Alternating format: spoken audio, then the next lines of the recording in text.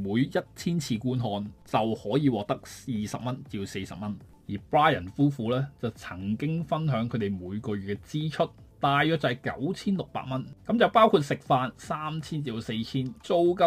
4300蚊，另外咧就仲有啲交通費同埋雜費。咁因為佢哋嘅頻道咧都算啱啱起步，咁我就假設佢哋嘅 CPM 咧就係20蚊。如果淨係靠 YouTube 廣告分成要維持生活嘅話，咁呢個頻道一個月咧就最少要有50萬嘅觀看次數。正如佢哋所講，一個星期出2條片，即係一個月出8條影片嘅話，平均每條影片嘅觀看次數就要達到62500。但係你做 YouTube 係好難去預計每一條影片嘅反應，咁於是乎呢，就有好多 YouTuber 勤力啲出片，將每條影片嘅觀看次數要求降低，即係話8條影片唔夠嘅話，咁咪出夠20條咯。咁樣平均每條影片呢，淨係需要觀看25000次就夠數啦。咁仲有喎，如果你出去旅